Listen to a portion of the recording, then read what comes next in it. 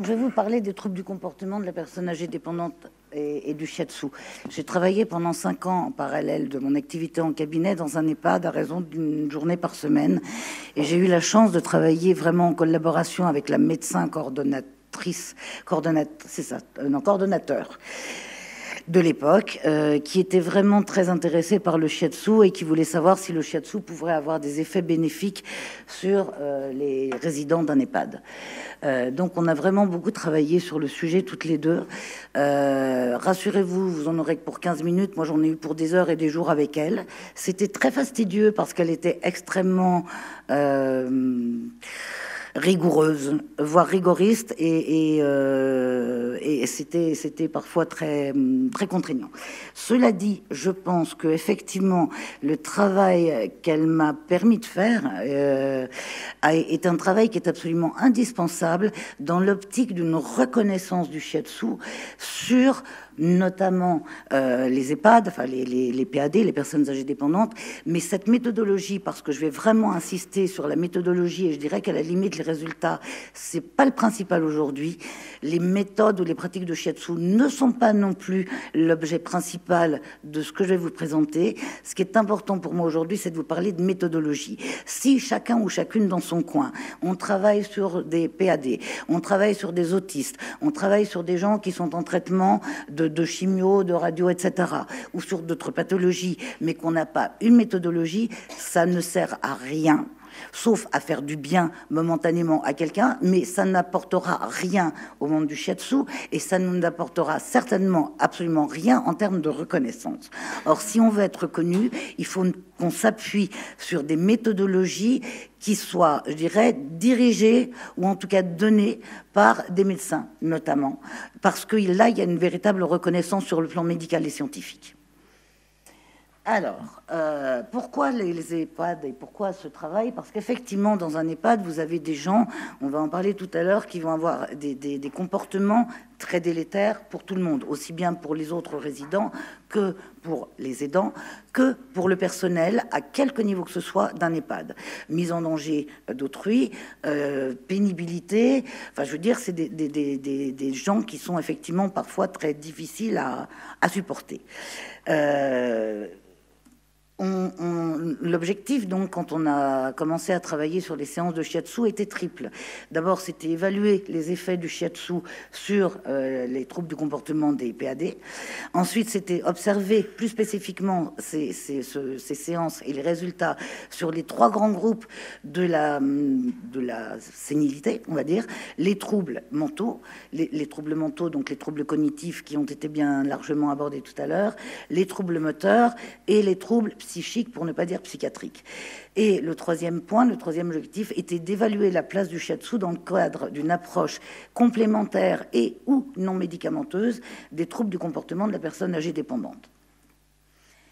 On a pris, il y avait dans l'EHPAD, il y avait 96 résidents, et le médecin coordonnateur et l'équipe soignante et tous les gens qui intervenaient de manière extérieure au cabinet, mais qui avaient une casquette, je dirais, médicale, ont choisi ces 54 résidents qui étaient, je dirais, les cas les pires à l'intérieur de l'EHPAD. Moyenne d'âge de l'EHPAD, 88 ans. On verra après, en fonction des différents groupes, quelle était la moyenne d'âge, parce qu'il pouvait y avoir des différences entre le groupe cognitif, le groupe moteur et le groupe psychique. Donc, une sélection, là aussi, déjà rigoureuse par le médecin, par toute l'équipe médico-sociale, parce qu'effectivement, c'était les gens qui étaient les mieux placés pour connaître les troubles de ces personnes. Et on a travaillé à partir d'une grille d'évaluation, grille absolument, à mon avis, indispensable. On va aborder le sujet plus tard. Sur ces 54 personnes, effectivement, il y avait 47 femmes et 7 hommes. Parce que, comme le disait tout à l'heure Madame Olivet, les femmes sont beaucoup plus résistantes que les hommes et qu'effectivement, c'est une population âgée qui est beaucoup plus importante que les hommes. Le degré de dépendance, ça aussi, c'est un point qui est très important. Le degré de dépendance, c'est ce qu'on appelle des GIR, qui sont les groupes iso-ressources, qui ont une légitimité étatique, c'est-à-dire qu'on classe le comportement, l'état des gens, du GIR 1 au GIR 6. Le GIR 6, c'est la personne qui, comme vous, comme nous tous ici, sont parfaitement autonomes, sont parfaitement dépendantes et sont des gens, on va dire, normaux, qui, à la limite, ont besoin de personne. Si on remonte au fur et à mesure, ou en tout cas si on départ sur le GIR 1, le GIR 1, c'est la personne grabataire. Donc là, dépendance totale, et je dirais que le seul truc qui marche chez les GIR 1, c'est le cœur. Bon. Les GIR 2, c'est la personne qui est déjà un peu moins grabataire que le grabataire final, mais l'état n'est quand même pas brillant, et donc c'est une obligation d'être en permanence à côté de cette personne pour tout, mais vraiment pour tout, et c'est une personne qui ne bouge pas. Et puis on a GIR 3, GIR 4, GIR 5, GIR 6. En fait, à l'intérieur du groupe, les 54 personnes qui ont été sélectionnées, on avait 80% sur ces 54 personnes qui dépendaient du GIR 1 et du GIR 2. Donc des personnes qui étaient grabataires ou quasi-grabataires. Donc des personnes qui respiraient, quoi. Et si on prend les GIR 3 jusqu'au GIR 5, il n'y avait pas de GIR 6, donc des gens, encore une fois, des gens normaux comme nous, il n'y en avait pas. Mais du GIR 3 au GIR 6, on avait très très peu de cas de personnes. Et quand on avait par exemple les GIR 3, les GIR 4, c'était des gens qui de toute façon avaient besoin d'une aide pour la nourriture, enfin pour pouvoir manger, pour pouvoir se laver, pour pouvoir se déplacer, parce qu'on avait des gens qui fonctionnaient avec des fauteuils roulants, certains ayant besoin de quelqu'un pour les pousser, d'autres personnes capables de manipuler leur fauteuil, mais quand même très peu. Alors, donc, quand on a choisi, enfin, le médecin a choisi de travailler sur les 3 grands groupes pour voir justement les effets du shiatsu sur ces 3 groupes. Le groupe cognitif, on en a parlé tout à l'heure, le groupe moteur, donc là des gens effectivement qui sont touchés physiquement, et le groupe psychique, avec des maladies psychiatriques. Sachant que si j'ai utilisé ces termes de psychique au lieu de psychiatrique, c'est parce que le médecin, cette femme, me disait « Attends, t'es pas toubib, donc tu n'utilises pas des termes spécifiquement médicaux. » Bon, voilà. Mais elle avait ses raisons à elle. Moi, je me suis alignée parce que c'était elle le médecin et moi pas. Sur le groupe cognitif, qui était le groupe le plus important en termes de pourcentage et en termes de chiffres, on avait 33 résidents, 29 femmes et 4 hommes, ce qui représentait 60%, 61% de ce qu'on appelle, médicalement parlant ou scientifiquement parlant, quand on veut travailler dans l'optique d'une publication scientifique, un échantillon. Moyenne d'âge, 89 ans. Donc 80% d'entre eux étant GIR 1 et GIR 2, et vous le voyez, il y avait des grabataires, il y en avait 18 avec fauteuil roulant, sachant que dans les fauteuils roulants, on peut avoir des fauteuils coquilles, c'est-à-dire qu'en fait la personne est complètement coincée dans son fauteuil. Généralement, c'est une personne qui a la colonne vertébrale qui est complètement vrillée. Et que cette personne-là ne peut plus marcher, ne peut plus fonctionner, et que ce qu'on appelle la coquille, c'est qu'effectivement la personne va être bloquée pour ne pas tomber tout simplement de son fauteuil roulant, enfin tomber, même ne serait-ce que le buste, mais c'est une personne qui de toute façon ne peut pas bouger. Donc une personne sur les 33 qui manipulait toute seule son fauteuil roulant, 4 personnes qui n'avaient pas de fauteuil, mais qui avaient besoin d'une tierce personne pour pouvoir vivre, je dirais normalement, manger, se laver, etc., et se déplacer, et 8 résidents autonomes. Sur le groupe moteur, il n'y avait que des femmes, vraiment que des femmes, avec une moyenne d'âge un petit peu moins importante que dans le groupe cognitif, 86 ans. Donc là aussi, une majorité de femmes qui étaient en GIR 1 et en GIR 2, dont 3 grabataires, 4 en roulant, une personne capable de mobiliser toute seule son fauteuil, 2 ayant besoin d'une personne et 2 autonomes. Sur le groupe psychique, on avait 9 personnes, 6 femmes et 3 hommes. Moyenne d'âge du groupe 75 ans, donc une moyenne d'âge moins élevée que celle du groupe cognitif, avec c'est pareil, GIR 2, GIR 3, c'est là où on retrouve le gros du groupe, et puis GIR 4 et GIR 5. Alors effectivement, GIR 4 et GIR 5, on peut se dire que les gens sont capables d'être autonomes, mais ils n'étaient pas stables, donc là aussi il y a un besoin en tout cas de surveillance et d'observation permanente pour éviter des problèmes. Pour pouvoir mettre en marche ces séances de shiatsu, on a demandé évidemment à la famille si elle était d'accord pour que je puisse pratiquer le shiatsu et si le résident lui-même était capable de répondre, on lui a demandé son avis. Alors, ce qu'on avait défini, c'était de travailler pendant 12 semaines, donc à raison d'une séance par semaine, et d'évaluer tous les effets. Bon, il se trouve que moi, je suis partie plus du Namikoshi, sachant que j'ai commencé par Masunaga et après je suis partie sur Namikoshi. Mais là, encore une fois, le style de shiatsu n'a vraiment aucune importance. De toute façon, quand vous travaillez sur un grabataire, le Namikoshi ou le Masunaga ou d'autres techniques, on ne peut pas les utiliser. Quand vous avez quelqu'un qui est sur le fauteuil roulant, vous êtes par terre et vous vous débrouillez comme vous pouvez, et le dos, vous pourrez jamais le travailler. Donc c'est vraiment à nous, mais comme avec les autistes, de nous adapter à la personne qu'on a en face de nous. Si on a une personne qui est relativement valide, mais qui a juste la peau sur les os, il faut y aller quand même mollo. Donc c'est vraiment aux praticiens de shiatsu de trouver, de s'adapter à la personne, et là d'utiliser, je dirais, tout son sens du toucher, savoir comment elle peut y aller et jusqu'où elle peut aller. Et donc à la fin de chaque séance, moi, je rentrais tout ce que j'avais fait dans l'informatique de l'EHPAD, ce qui veut dire que toute personne travaillant dans l'EHPAD pouvait avoir accès à mes données. Et quand il y avait quelque chose, à mon avis, de sérieux ou de grave à signaler, qui était du ressort du domaine médical, c'est clair que je l'écrivais en disant attendez, là il y a telle personne, on est pas loin. Enfin, si c'était une détresse respiratoire, j'allais chercher l'infirmière coordinatrice ou le toubib, mais si c'était quelque chose qui me semblait plus installé et moins dangereux, je notais tout pour être sûr que tout intervenant à l'intérieur de l'EHPAD puisse avoir accès à ces données. Alors, comment évaluer les résultats du shiatsu?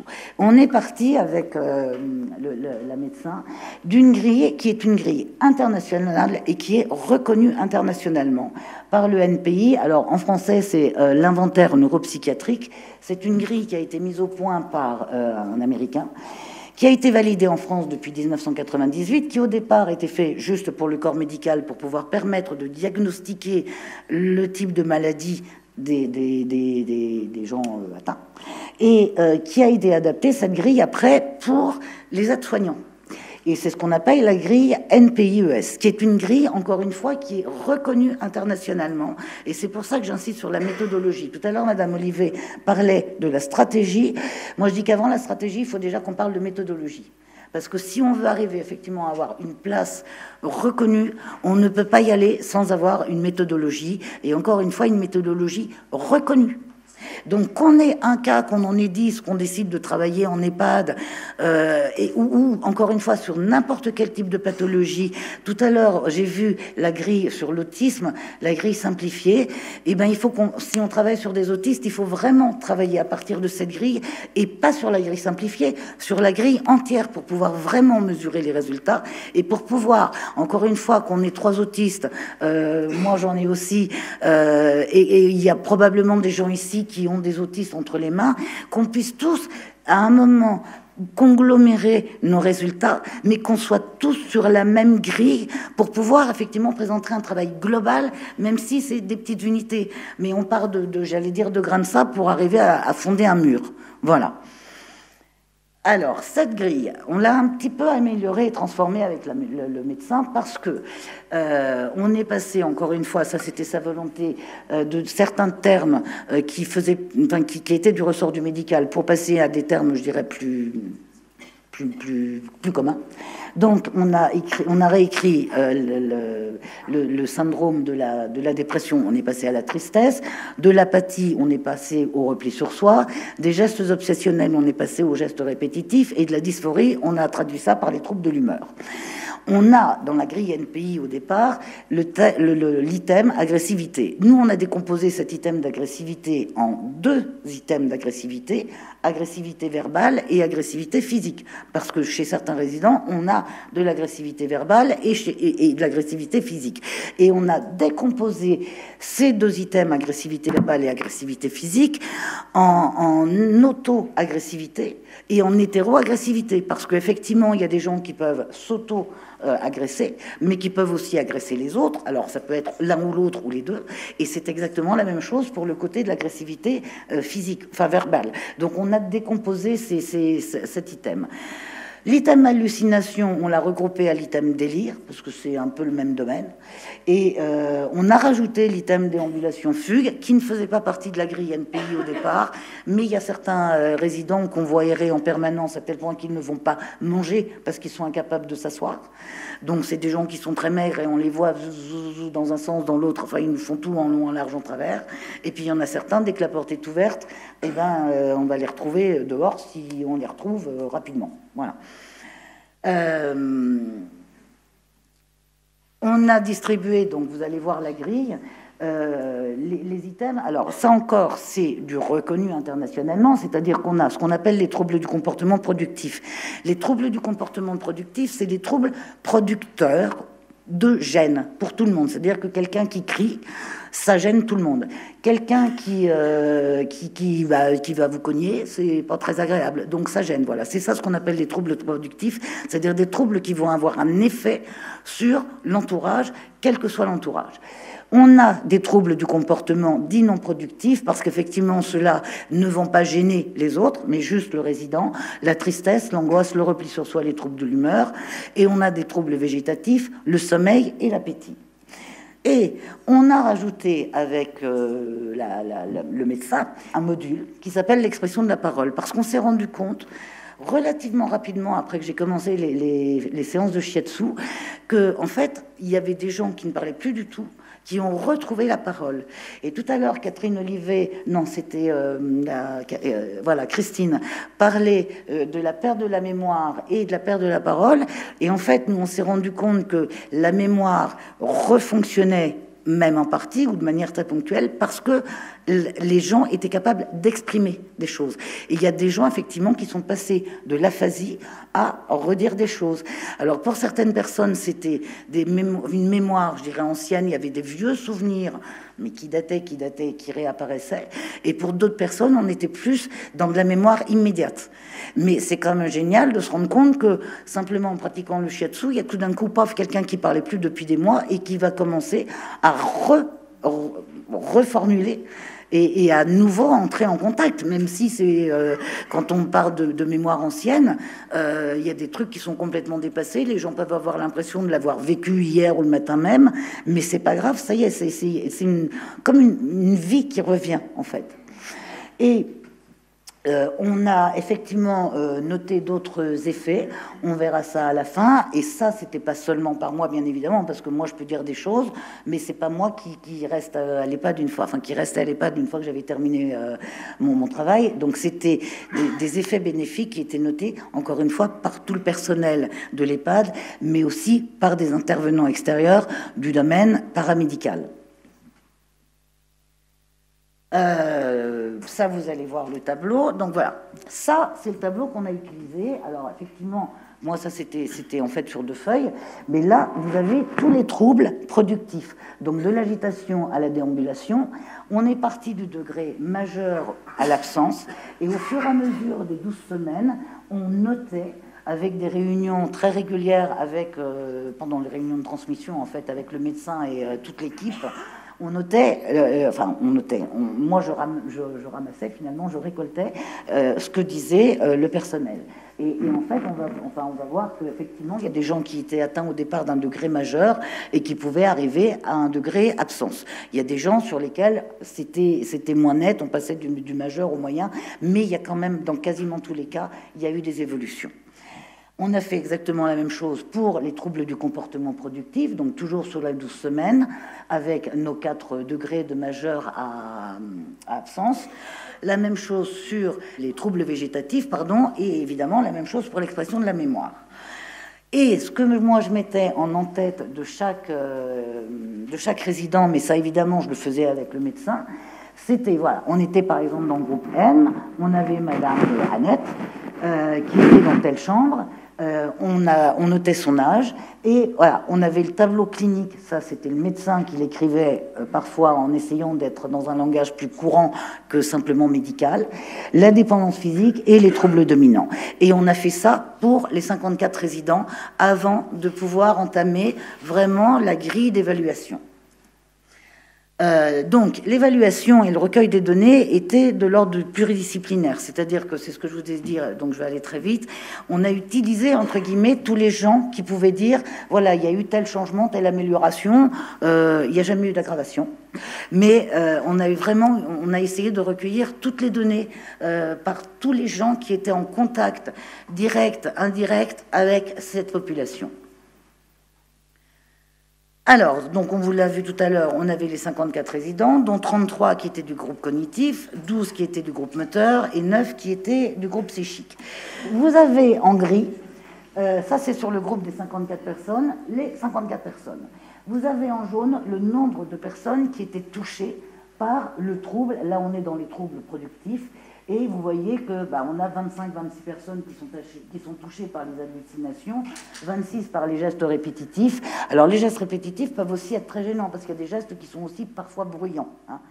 Et ce que vous avez en encadré et écrit en rouge, c'est le nombre de personnes qui restent touchées par le trouble après les 12 séances de shiatsu.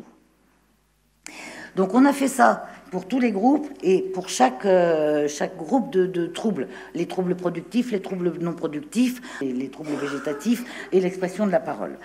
Et là, on voit vraiment en pourcentage ce que ça donne. Encore une fois, on l'a fait sur chaque groupe et tout en fin de dossier, vous verrez qu'on a fait la comparaison sur les groupes, à part le groupe M où il n'y avait que des femmes, mais on est allé dans le détail en faisant la comparaison des résultats d'un côté les femmes et de l'autre côté les hommes, pour voir justement s'il y avait plus d'impact sur les femmes que sur les hommes en pourcentage. Bon, là, on voit effectivement que ce qui a été amélioré dans 100% des cas, c'était l'agressivité, les cris, la déambulation, mais qui étaient des troubles qui n'étaient pas les plus fréquents. Et dans les troubles les plus fréquemment retrouvés, on a eu une amélioration qui n'était pas de 100%, mais qui était quand même néanmoins importante sur l'agitation, les gestes répétitifs et les hallucinations. Voilà, là, on est dans les troubles du comportement non productif, et c'est ce que je vous disais, pour chaque trouble, on a nos 54 personnes sur les non productifs. Et ça, on se rend compte que les troubles non productifs chez la personne âgée dépendante sont très importants, parce qu'effectivement, les gens sont tristes, parce qu'ils n'arrivent plus à vivre comme avant, parce qu'il y a un problème d'acceptation. Les gens qui sont encore conscients ont du mal à accepter le fait qu'ils ne sont plus capables de parler comme ils le faisaient avant, qu'ils sont plus capables de bouger comme ils le faisaient avant, etc. Et quand on arrive à leur faire comprendre que s'ils s'expriment pas bien ou si on comprend rien du tout, c'est pas grave, déjà on se rend compte que rien que ça les apaise très sérieusement. Et en fait, ces troubles du comportement non productif sont vraiment des troubles qui vont toucher de très près tous les résidents d'un EHPAD. Donc, par exemple, on se rend compte, il y en a 53 qui sont tristes sur 54, ce qui est quand même pas mal. On a 100% d'angoissés. On en a 50 qui sont complètement repliés et on en a 36 dont l'humeur est complètement déséquilibrée. Après les séances de shiatsu, je vous laisse regarder les résultats, ils semblent quand même relativement parlants. Alors, dans les autres effets, ce qui était important, c'est qu'on s'est rendu compte qu'il y avait une détente et un assouplissement corporel qui a été aussi noté par les kinés, parfois par certains médecins.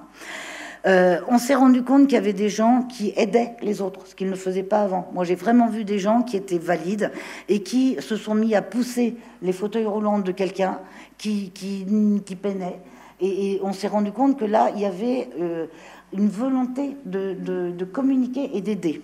Et les gens étaient plus autonomes, c'est-à-dire qu'on se rendait compte qu'ils voulaient aussi se débrouiller plus tout seuls qu'attendre quelqu'un. Les gens commencent à exprimer leur douleur, alors qu'il y en a certains, avant, on pouvait leur faire n'importe quoi, même si on leur faisait mal, ils disaient rien. Là, ils commençaient à s'exprimer, ils respiraient mieux. Le transit, effectivement, ça a été évoqué tout à l'heure, un problème chez la majorité de ces personnes âgées, fonctionnait beaucoup mieux. Et donc, c'était des gens qui étaient capables aussi de dire à certains moments, j'ai envie, j'ai pas envie, alors qu'ils n'en étaient plus du tout capables avant.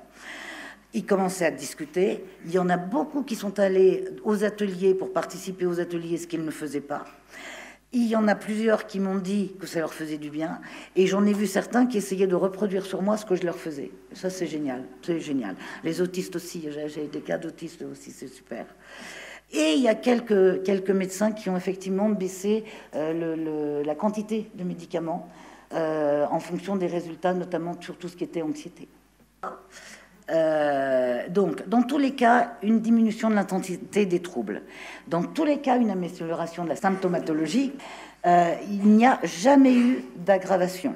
Il est arrivé quelquefois que les gens, après une séance, soient pas très bien sur le plan psychique parce que la séance leur avait fait prendre conscience qu'ils avaient perdu quelque chose depuis très très longtemps. Et là, il y avait une prise de conscience qui se faisait. Donc, les gens qui travaillaient dans l'hôpital me disaient, bah, Madame X ou Monsieur Y, on s'est rendu compte qu'ils n'étaient pas très bien parce qu'ils se sont rendus compte de quelque chose. Ils ont pris conscience. Et ça durait l'espace de quelques heures après la séance ou le lendemain. Et après, c'était terminé parce qu'il y avait une acceptation, véritablement. Et ben voilà. On va s'arrêter là, vous lirez tout ça, vous prendrez tout le temps qu'il vous faut.